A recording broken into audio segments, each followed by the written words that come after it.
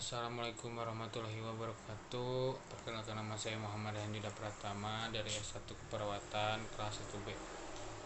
Di sini saya akan menjelaskan tentang akhlak sosial. Pandangan Islam tentang kehidupan sosial.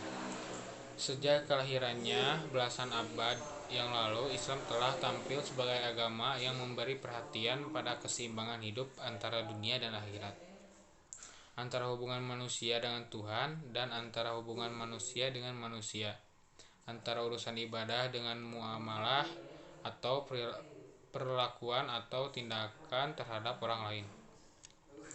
Dalam bidang sosial ini, Islam menjunjung tinggi tolong menolong, saling menasehati tentang hak dan kesabaran, kesetiakawanan, egaliter atau kesamaan derajat, tenggang rasa, dan kebersamaan.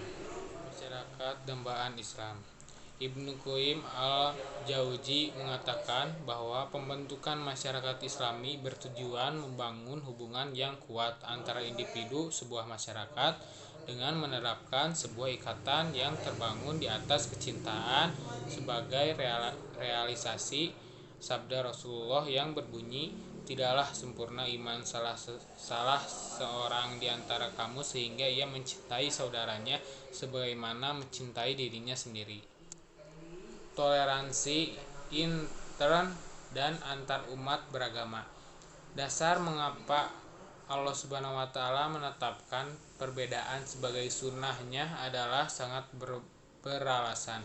Pertama, penghargaan terhadap kehidupan umat manusia. Kedua, kebutuhan dasar manusia untuk bersaling. Jika dilihat sepintas, kebutuhan ini berkonotasi negatif, namun jika dipahami lebih jauh, hal ini wajar karena sifat manusia secara individual memerlukan pengakuan eksistensi dirinya.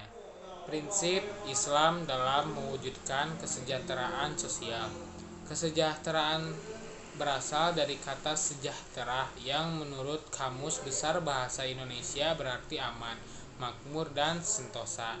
Sedangkan kesejahteraan sosial merupakan gambaran umum masyarakat yang merasa aman, makmur, dan sentosa.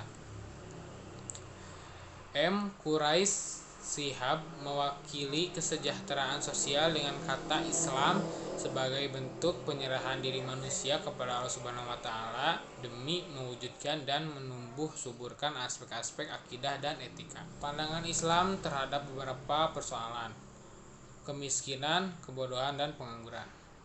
1. Kemiskinan struktural merupakan bentuk kemiskinan yang seringkali terjadi pada negara yang sebenarnya memiliki sumber daya alam melimpah. Namun karena ada unsur kesengajaan dari beberapa pihak menjadikan masyarakat tidak berdaya menghadapi sistem yang koruptif. Contoh dari struktur yang memiskinkan ini antara lain sistem kapitalisme. Dalam sistem ini hak pribadi sangat dilindungi oleh negara sehingga siapapun berhak mendapatkan apa yang diinginkan, termasuk menguasai kekayaan dan menumpuk kekayaan itu. Kemiskinan kultural tidak terkait dengan sistem yang dianut oleh suatu negara. Kemiskinan ini terpelihara oleh budaya yang dianut oleh sekelompok masyarakat.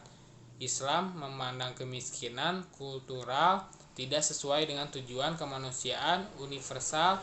Kemiskinan kultural sama artinya dengan bentuk pembudayaan miskin. 2. Kebodohan. Maksudnya, jika keadaan miskin akan menyebabkan seseorang tidak dapat mengenyam pendidikan secara baik, Islam memberi jalan keluar pada setiap muslim untuk menuntut ilmu dimanapun, kapanpun, dan pada siapapun. Ketidakterbatasan ilmu dalam Islam banyak dituangkan dalam Quran maupun hadis Nabi SAW. Akibat turunan lainnya dari kemiskinan dan kebodohan adalah pengangguran. Semakin lama persoalan ini semakin membesar di tengah-tengah sistem ekonomi yang tidak memihak pada kaum miskin. 3. Pengangguran bisa dilihat di dua sebab yang berbeda. Pertama, sebab eksternal, yaitu jika keadaan sekitar yang tidak memberi peluang pekerjaan yang layak bagi pencari kerja.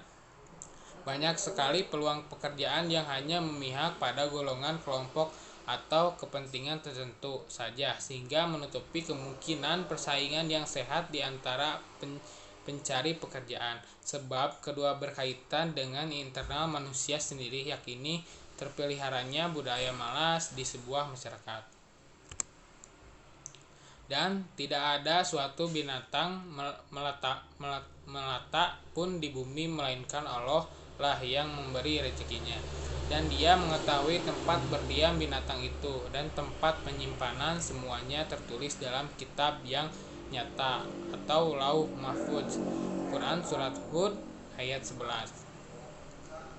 Sejalan dengan maksud ayat di atas, pengangguran bisa diidentikan dengan sikap diam atau tidak mau berusaha seseorang dalam menghadapi realitas hidupnya, sehingga makna akar kata miskin yang berasal dari bahasa Arab sakana yang berarti diam atau tenang mungkin merujuk pada sikap ini. Sekian dari saya, mohon maaf bila ada kekurangan, semoga bermanfaat. Wassalamualaikum warahmatullahi wabarakatuh.